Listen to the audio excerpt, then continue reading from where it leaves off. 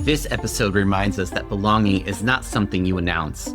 It is something people feel when the culture is built with intention, care, and community at the center. Manny's insights connect belonging in the workplace to Maslow's love and belonging needs, showing leaders why culture work fails when it stays symbolic. This conversation moves beyond surface-level DEI and into sustainable people experience design. Hello, friends, and welcome to I Know I Belong When, an innovation, unbiased production where bold voices, curious stories, and authentic impact amplify knowing that you are invited, seen, heard, and needed. Our conversations go from the boardrooms to the break rooms, from the sidewalks to our living rooms, from our relationships to ourselves. We explore the full spectrum of belonging, the joy of being seen, the pain of being left out, and the courage it takes to build spaces where every identity is welcomed, valued, and loved. We also hold space for each of our unique identities to joyfully prosper and thrive. I am your host, Christopher Bylone, someone who believes knowing you belong is a birthright.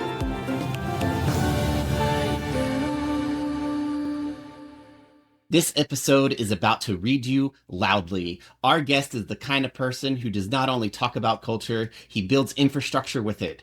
He is Manny Faces, award-winning journalist, TEDx speaker, DJ, podcast architect, and cultural strategist who has been documenting and translating hip-hop's real-world power for decades. He is the author of Hip Hop Can Save America, Inspiration for the Nation from a Culture of Innovation, a Cornell West endorsed book that positions hip-hop as a framework for innovation, problem-solving, and social transformation. He is also the mastermind behind the Hip Hop Institute for Social Innovation, pushing institutions to stop studying hip hop as if it were a museum exhibit and start engaging it ethically and intelligently in education, wellness, and civic life. And if that were not enough, he hosts the acclaimed Hip Hop Can Save America platform, spotlighting people who use hip hop culture to uplift humanity across disciplines.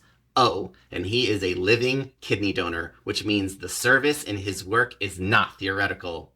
So get ready, because this conversation is not just about belonging. It is about what happens when culture built on resilience, creativity, and community becomes a way of life. Manny, welcome to I Know I Belong When.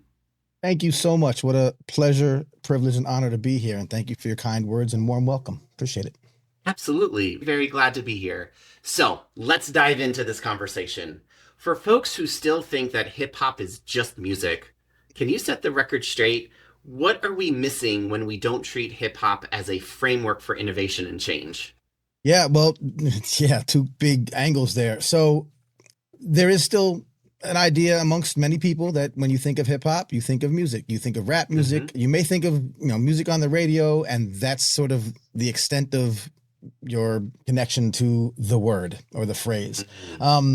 It's important to realize, and not everyone does, that hip hop is, because it's named the same as the genre of music that it comes from, it's kind of confusing, but hip hop as a whole is a full-on culture that consists of many different, what are called elements. They are artistic in nature for the most part, the DJing, the rapping, the graffiti writing, the visual arts, the breaking, the dancing aspect. There's also an element called knowledge of self that presents itself amongst hip hop folk who kind of live by this ethos that they are using the combination of those experiences in how they see the world, how they go through and navigate life. That's a culture, right? These are all, if you look up the definition of culture in the dictionary, a group of folks that are using, having similar traits, similar characteristics. They follow certain traditions. And that's been the last 50 plus years of hip hop. Now, the music part of it is one part of it, and it's the most front facing. It's the most lucrative. It's what everyone kind of refers to. But to whittle it down to only being that, and again, it's fine if you don't know these things, but to allow it to be whittled down to only that misses out on all of those other artistic forms and factors which still exist. And the things that I like to talk about is how a lot of those forms and factors are being utilized in ways outside of entertainment to actually improve the lives and livelihoods of people, using some of the lessons, architecture, infrastructure that hip hop has created specifically, and also that it inspires. Yeah, and somebody who comes from the dance world, I think a lot of people don't realize that the whole genre of dance of hip hop and the diversity within that, right? It's not just one single thing. There's such diversity within even that genre Yeah. of dance.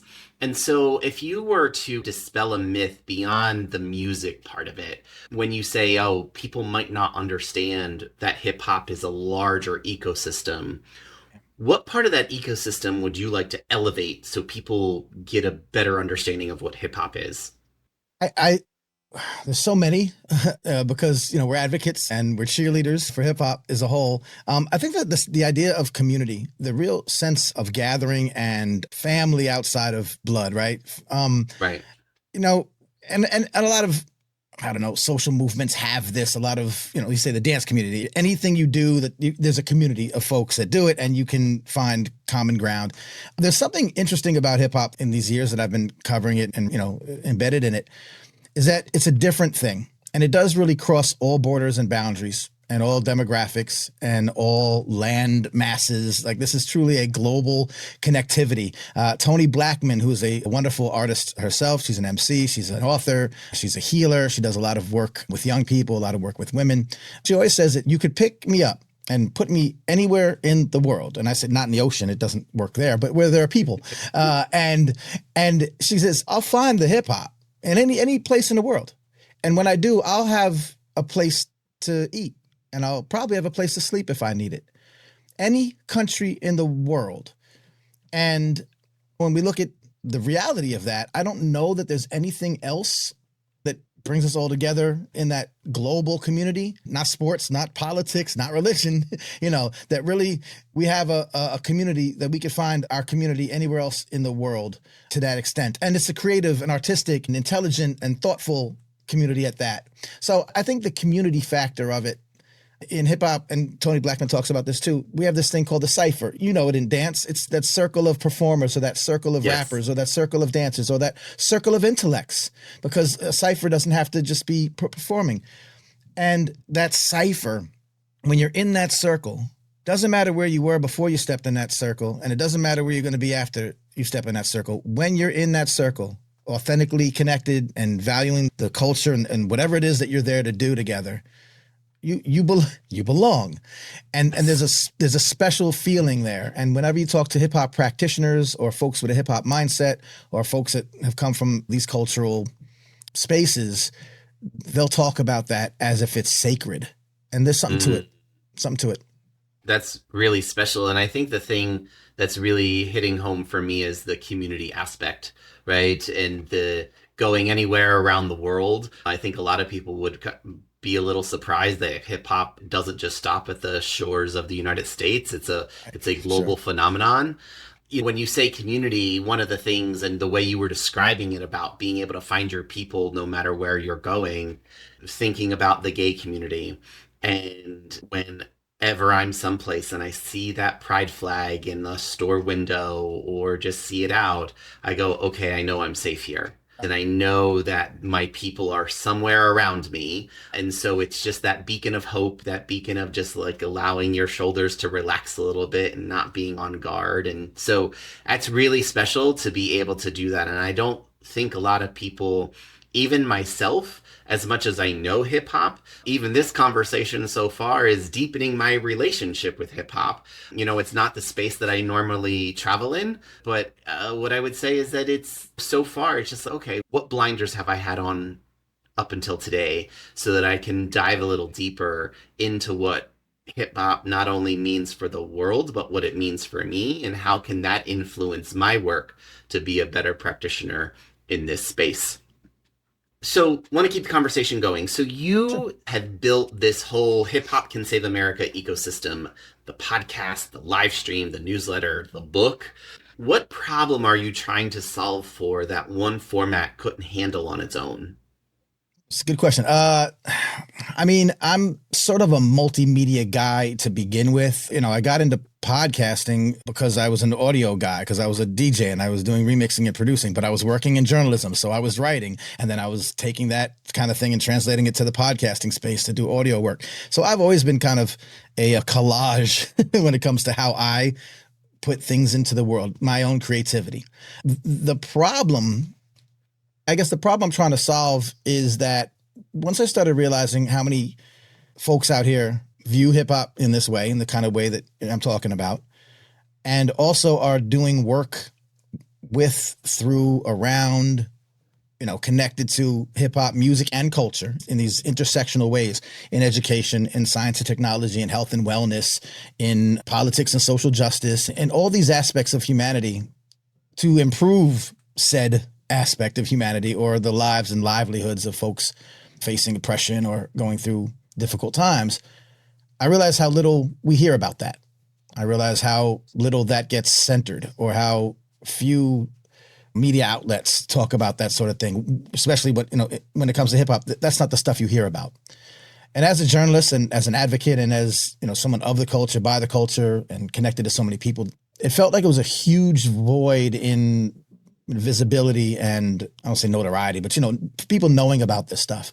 And it did happen to be the combination of things that I found myself knowing how to do, being a journalist and writing. So I had a blog, I had a website, and then doing podcasting and then live streaming, because you want to meet people where they are. Some people listen to podcasts on audio tip, and some people watch them on YouTube. So I wanted to find ways to do all of that. And I don't know, I stumbled into a lot of the work that I do. And so I felt like the multimedia approach was, number one, the most effective at reaching, I guess, the most people, or in those ways. An enormous amount of extra work. I don't know why I do it, why I do it to myself. But also, you mentioned it before, like the problem solving aspect of hip hop heads. Every DJ is an engineer. Every DJ knows how to this ain't working. Musicians too, like, it ain't working today. How do we get it to go? And so what I found, I was actually finding ways to sort of mind hack my own creative process so that I could do all of these things in all of these different ways without burning out, without overloading, and giving it all the respect that I think it deserves. But the overall problem, to your question, is that nobody knows this stuff. And I need to find ways to talk about it in ways that can reach people where they are. Oh, that's beautiful. Yeah, it's about meeting people where they are and understanding about the modality in which it's going to sink in for them, which is really powerful. And somebody who, I'm a more visual person, and so I need to see something. I like to read. If I'm just listening to something, it's much harder for me to comprehend the topic. I need to read it, digest it, be able to go back and reread it again. And so it, depending on the modality and depending on how best we learn, so having it in a multiple different ways is helping, making sure that the people are learning about it, which is your ultimate goal. The Howard Gardner's theory of multiple intelligences kind of deal, for the brainiacs. Y'all know what I'm talking about. Absolutely. Absolutely. Yeah. Alrighty. So I want to talk about your name. Because on this podcast, we honor people's names. I want to honor yours. So let's start with it. Manny Faces. Where did it come from? What does it protect? And what does it proclaim? Gosh, I've never even thought of it in those terms. First of all, no, it's not my government name. Obviously, it's not the name I was born with. My real name is Bobby Elbows. So I just thought I'd share that. I'm just kidding. That's a ridiculous joke. And thank you. I'll be here all week. So Manny Faces is my, I guess you'd say, my DJ name, my performance name. As you know, in hip hop, we all mostly have monikers. We all have pseudonyms or stage names. One of the things I love about hip hop in particular is because you have that freedom to kind of name yourself and present yourself to the world how you wish to be seen, and not, necessarily the name that was thrust upon you. I honor my birth name. My book title is there. My dad was an important figure. So I do honor my name, but I also love that I've become a persona in a way, and I've shaped it that way. The name comes from, it wasn't my first moniker. It wasn't my first, DJ or rap name. I rapped for a while as well, but I was trying to transition out of the name that I had previously. And a friend of mine we were going back and forth and throwing names out, and he rapped under the name Caution. And my brother, Tori Coleman, but he went under Caution. And we're just throwing names back and forth, like play on words and things like that. And then we were running through cartoon characters, and remember Hanna-Barbera, like Saturday morning Yes. cartoons. And Yes. so somehow it came down to Manny Faces, which is a play off of the He-Man character, Man-E Faces. Now, Man-E Faces had these three faces that he was Yes. cursed by, and he would be a monster, or he'd be a robot, or he'd be a guy. Yes. He was also an actor. And so I like the idea of having multiple personalities. It was an evolution of my previous rap name, which was at the time, it was schizophrenic. That was the name I was going by. And of course, the idea was multiple personalities and you come with different styles. And then I realized that's first of all, that's not what schizophrenia is. And secondly, as you get older, you're like, yeah, this isn't like a name we should play around with. But the Manny Faces was like, ooh, that's a clever way to do it. Instead of Man-E-Faces, it would be Manny, like a name, like a real person's name. So it was between that and Dick Dastardly, which was another cartoon character. And let's just say I think I chose wisely.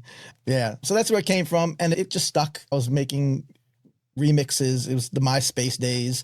And I was making remixes, my own versions of commercially released songs. And I was posting them and getting a little bit of notoriety for that. And so it stuck. Manny Faces remixes and Manny Faces. Then I started, like I was writing under that name. And I do most of everything under that name, to be honest with you. The only people who really know me by my government name or family members and bill collectors. They know exactly who I am. Yeah. Yeah. But anyway, that's where it comes from. Basically a DJ rap name. And now it is how I'm known throughout the world. And I even have it trademarked. So it's just become a thing. Yeah, well, that's awesome. And what a way to basically tell the world about this is how I want to belong. Yeah. And this is how I want to claim my space. And also just thank you for bringing me down memory lane of Saturday morning cartoons and all those fun things we would do when we were kids, and some cartoon characters I forgot about Yeah. until this very moment. So So thank you for that. There you go. Keeping along that name idea. So when people hear hip hop journalist, scholar, and strategist, you often sometimes probably get put into a box. What name or label do you claim for yourself that you feel that people need to respect more? All of those are important. It's so hard being a multi hyphenate, right? Because everyone does so many different things, and then it gets to be a little bit tedious. Like I can still drive a stick shift. Does that have to be in my bio? I think advocate is what kind of the Venn diagram of all of this. So I'm a journalist, so I'm reporting on things and I'm seeing things, and I was taught by some really great journalists. I have the journalistic integrity that real journalists have, that kind of deal. So I'm covering things and I'm trying to not put my spin on it. But I'm a commentator and a cultural commentator as well. And I talk my ish about things. And so all the things that I do, though, I think the Venn diagram in the middle piece, or maybe just covering it all or whatever, is being an advocate. Being an advocate. Like I said before, I'm an advocate and a cheerleader because I already mentioned names today. Like I'm always trying to amplify. So I'm in the amplification business is what I like to say. And so I'm amplifying and advocating for what I think is important. So it's still my judgment of what I think is important and vital and urgent. But advocate, I think, is my North Star. I'm advocating for folks and for ideas that I think don't get enough spotlight. That's awesome, because I think we are living in a world where we need more people to advocate for those who cannot advocate for themselves. And so if we have the privilege to be able to do that, then it's our responsibility to be held accountable to do that. So thank you for the work that you are doing. I really appreciate it and value it. So thank you so much. Appreciate that appreciation. Thank you. So, moving to the heart of the conversation of why we're here to talk about your moment of belonging. And so, think back to a time, either it could be a recent moment, could be well in the past, when you said, I know I belong. Where were you? Who was there? And what shifted for you in that moment? There have been so many, and I risk sounding like a broken record. For younger folks, a record was what they used to put music on, and you would play it in a record player. Actually, now everyone knows because it made a comeback. Yeah, I was just going to say, like, records are actually coming back in vinyl, and it's like what the 70s would like to talk to 2026. Yeah, bringing it back. What's old is new again, they say. But my broken record is that I always come back to hip hop. That's been since I was 14 years old. I'm about the age of hip hop, right? Hip hop's roughly 53 years old, depending on who you ask. And there are so many times when, just to harken back to what I was saying before, where I'm somewhere I've never been and somewhere around people I've never met. And somehow I'm in a community. Somehow I belong there. And I went to France. It was my first time in France. I was in Lyon and I was covering a hip hop festival there. And they had been doing it for 10 years. And I don't know a lick of French. And everyone over there, I'm sorry, my English is not so good. I am sorry. And I'm like, I come from New York. You sound better than half the people I know. You know, English is fine. And to be in another country on their dime, thank you very much, brought me in to cover it. But seeing like all the elements of hip hop on full display, people just sitting there drinking their beer out of their funny shaped glasses, just enjoying it. And it was in the town center in this like 600-year-old building. At the top, there were DJs DJing off the balcony. I'm in France. I'm loving it. And I'm just sitting there like, this is pretty amazing stuff that I didn't train to do. I didn't go to school to be hip hop. This is just an organic path that so many people have taken. And again, that Tony Blackman example is so deep. It's like when you're amongst these folks, you feel like you belong. This is your thing. It's this thing of ours. It's like La Costa Nostra, but not so deadly. And it's this beautiful feeling. Again, dance community. I've been in church. I've been in clubs. I've been with my cousins, and we get these flashes of it. But it's really something when you can be amongst strangers from so many different backgrounds and just have a thing.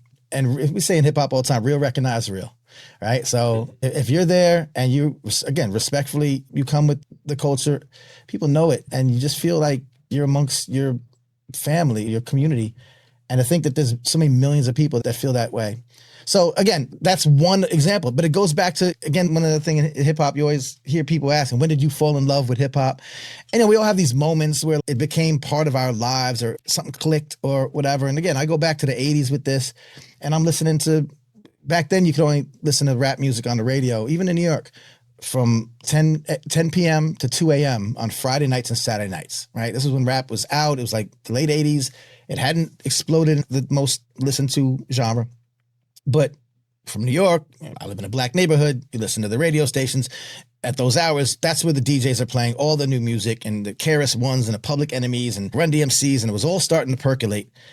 And I'd be in the basement of my friend Craig's house, and there was like 4 or 5 of us, me, Craig, Terry, and we'd be playing ColecoVision. That's how, that's showing my age. And we'd be hanging out Friday and Saturday nights. That was our time.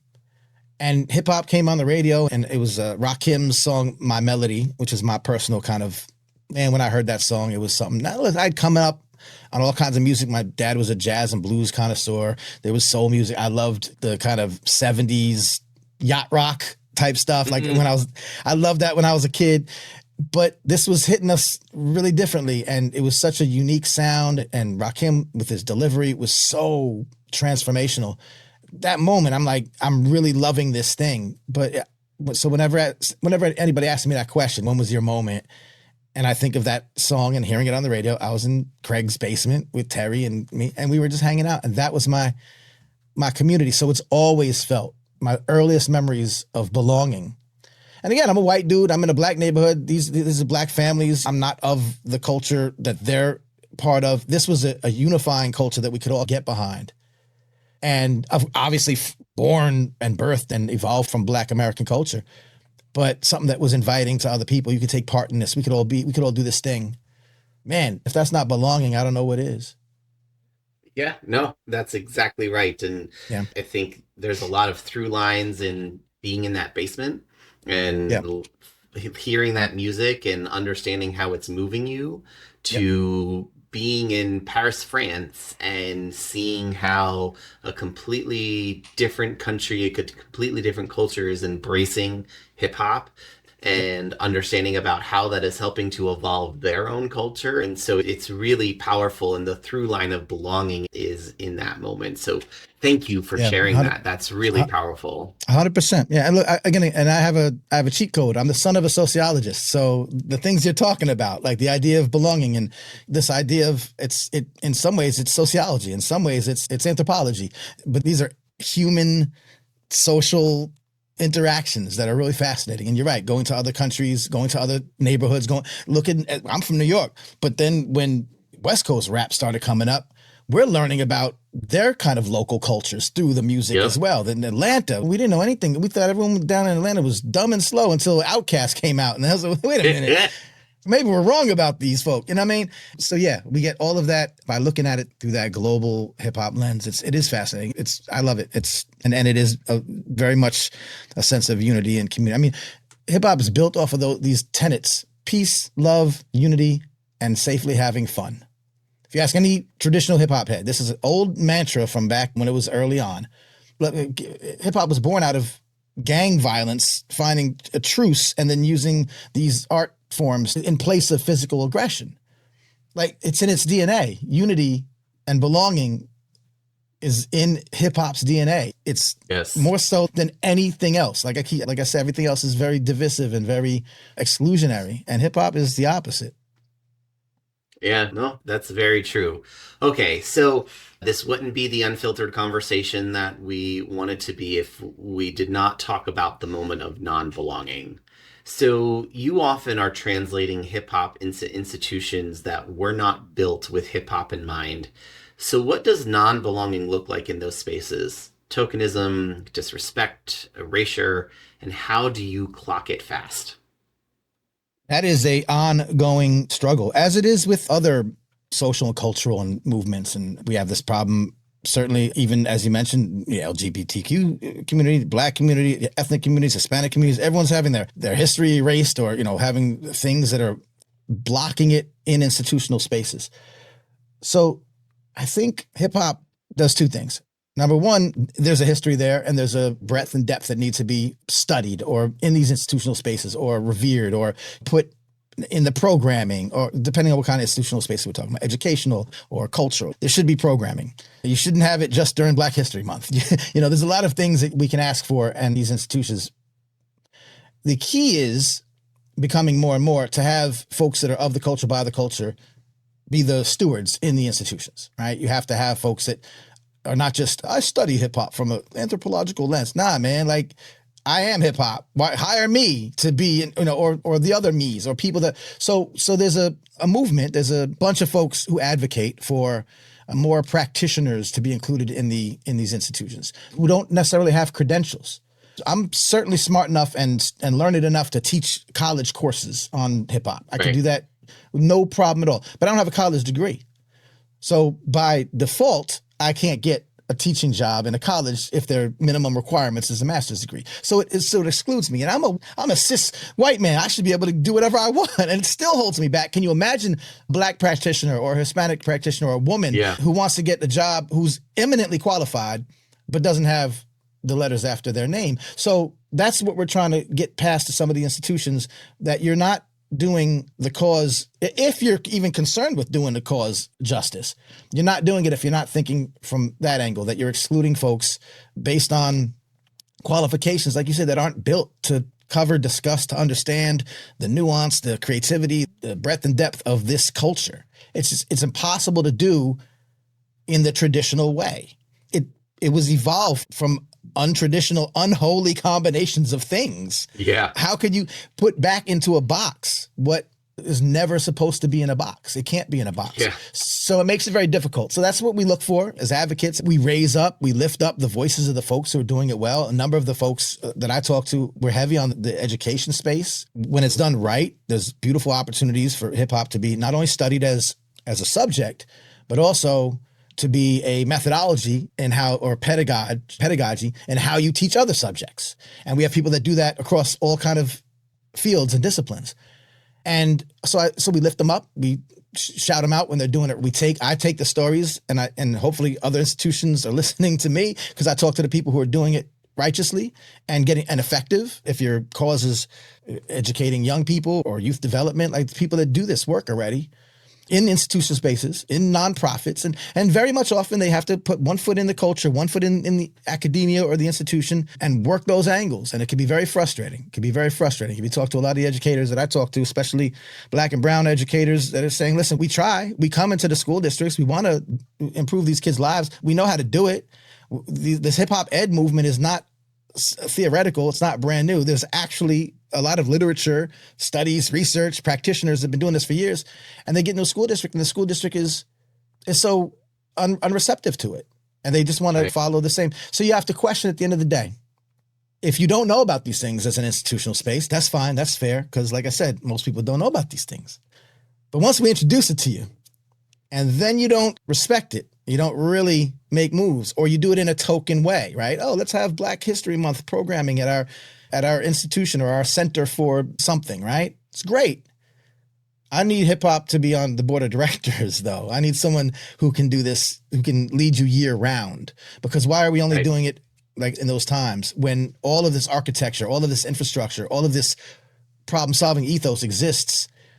If your cause is racial equality, youth empowerment, whatever, and you're not involving hip hop in it, I think you're doing your cause a great disservice. So it's the work, but that's the work though, right? This is just all the work of having to get institutions to understand this, not be afraid of it. The example I give now, and I wrote a thing on my Substack, Mom Donnie in New York, real progressive voice for leadership in New York, and a lot of people are excited about it. I still have ties to New York. I'm hopeful and I'm a little excited for it. This guy used to be a rapper, man. Come on now. He made demo tapes. He's trying to get a record deal. During his campaign, he went to the Wu-Tang concert. They did a whole thing where he's talking to RZA from the Wu-Tang. Like he's a young millennial, I guess, whatever. Was in New York, was in all the countries that he lived in or whatever. Uganda, right? He's from Uganda. Like he has a worldly understanding and he's got hip hop in his DNA. And I love it. That's great. Are you going to have hip hop in your administration though? See, all that is cool and fun and cute. Right. But are you having someone? It's getting beyond the performative, right? 100%. 100%. Right. What is the real work, right? How are we actually evolving the policy, the practice, and the process? That's right? That's it. And if you stop at the dance or the music, that's the performative piece, right? You know, I talk about this with organizations when we say, oh, we got to put on International Women's Day, or we got to put on Black History Month, or Pride, or International Day with Persons with Disability. I was like, those are all good things, and we will do them. Yes. However, they should be the outcome of having policies and practices that bring in our Black colleagues, bring in our LGBT colleagues, bring in our colleagues of people with disabilities, not put on a facade and make it look like we care. We don't actually do anything to make the situation better for that individual. They're just checking the boxes. Right. Checking the boxes. Right. And we've done that for a really long time, and that's not the work I do. Okay, this has been riveting, but I have one, before we get to the close, I have a big question I want to ask you. So you are a living kidney donor. What that experience, how did that reshape your relationship to community care? And what did it really mean to belong to each other? So the kidney donation was to my daughter. Mm-hmm. So at the time, she was 27 years old, and she had both of her kidneys failed, vasculitis, something over time, to where her kidneys failed. She was basically on dialysis after a while. It was interesting. I wasn't totally close with her when she was young, baby mama drama, but we had off and on relationships. And as we got older, you can get past all that stuff and now just act as adults. So we were pretty cool. Our relationship had been growing over the years. And then it turns out she needed this. And I'm like, oh, so what do you do? And then you get put on a list. You have to wait 7 years. All these things could happen. And then it came up. You could also maybe see if you're a donor, a possible donor. And so I went through the testing and I did all the things. And I was a good donor because, number one, I got the good blood, so that works. And then secondly, we have the same blood, so it actually works pretty well. And obviously coming from family members rather than some other members, better. So I talk about it and I say it not as a pat myself on the back, just to, I want people to know that this is a thing that you can do. And Yes. I'm perfectly fine. It's like nothing's ever happened to me after you recover from the basically a C-section. But after that, like you're fine. Don't get diabetes because that'll mess you up. But other than that, it doesn't really affect you. And she has to take a bunch of pills and 38 pills every day for the rest of her life. And it may even fail her. And sometime they say that living kidney donation maybe 10, 12, sometimes 15 years. And then you sometimes need it again. And because she's young, she might have to do this again. Although I think there'll be 3D printing kidneys by then. Anyway, the point is that, of course, I'm going to do it. It's my daughter, right? But it's really a very cool connection to have. I'm not a religious, spiritual person, but man, does it get to that level of connecting with someone. We have matching tattoos, showing the date. And it's just something so special to do. I almost want to say I recommend everyone to give a kidney, but it is. And it's a great, and they do 20,000, I don't know, a year. It's a very common thing now. I don't know about 20,000 a year, but you know what I mean? And it was cute 2 years before COVID because we did this in 2019. Oh no, we couldn't even do it the first year. There was a gathering. So every year in New York City at Mount Sinai, where I got it done, they'll have a gathering of all the donors and recipients, and they get together for a little get together, a little gala. And again, to have a connection to something that not everyone does, it's a very strange thing to talk about like casually. It's cool to be in that club. It's really cool to be in that club. And I Right. talk about it Be because if with you know others somebody, who have gone through the experience that you've gone through and 100%. And also, understand. and advocate for it. That's why I talk about it, because if you know somebody that needs a kidney, like actually think about it. And I was like, listen, I like to drink. So is that going to be a problem? They're like, no, that's your liver. I was like, okay, good. Cause I would have been like, there's got to be another way, but no.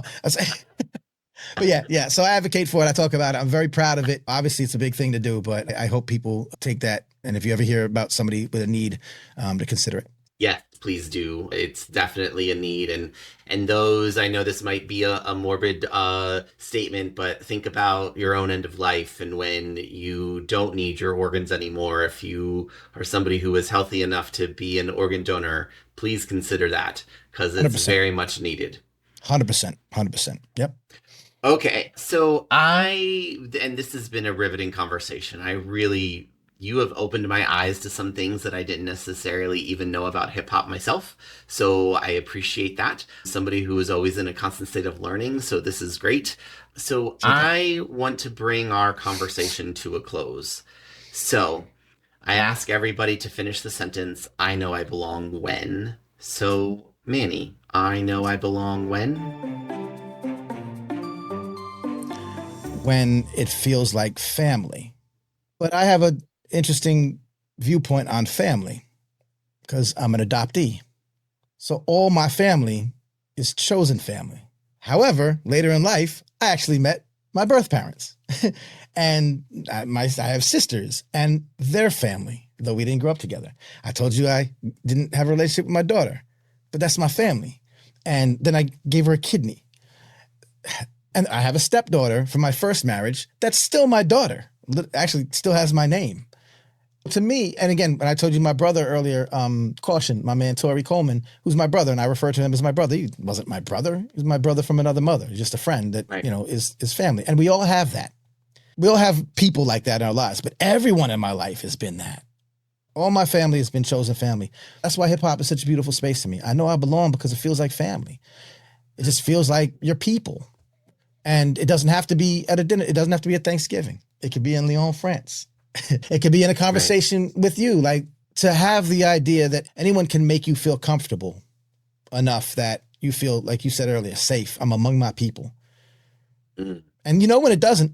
You know when it doesn't. You know when you get a job and they were like, "We're our work family." I'm like, "No, the hell you're not." I know the difference. And that's when I know I belong, because it feels like chosen family. Well, Manny, thank you so much. I adopted my children, so Hey, there you foster go. care.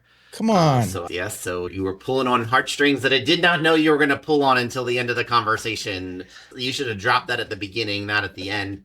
Um, I got to so leave a mark, man. I got to leave my mark. yes, I'll leave a mark, and you definitely did. So thank you so much for having this conversation with me. I truly appreciate it.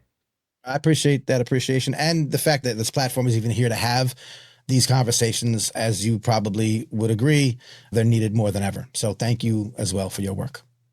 Absolutely. Thank you so much. This has been a great reminder that belonging is not a destination. It is a practice, and it starts with listening. Friends, if this episode challenged you to move outside your comfort zone, please follow our show and give us that 5-star review you know you want to give, and add a comment about what you will do to champion a culture of belonging. These actions will help to amplify the message to others so they too can find their own moment of belonging. Whether it is navigating the complexities of workplace culture, finding acceptance in a new school, building trust in a local community, or forging identities within our own families, these stories reflect the raw, honest, and unfiltered journeys each of us take every day. And we want to hear from you. Finish the sentence, "I know I belong when," and send us a voice note. Your story could open a future episode.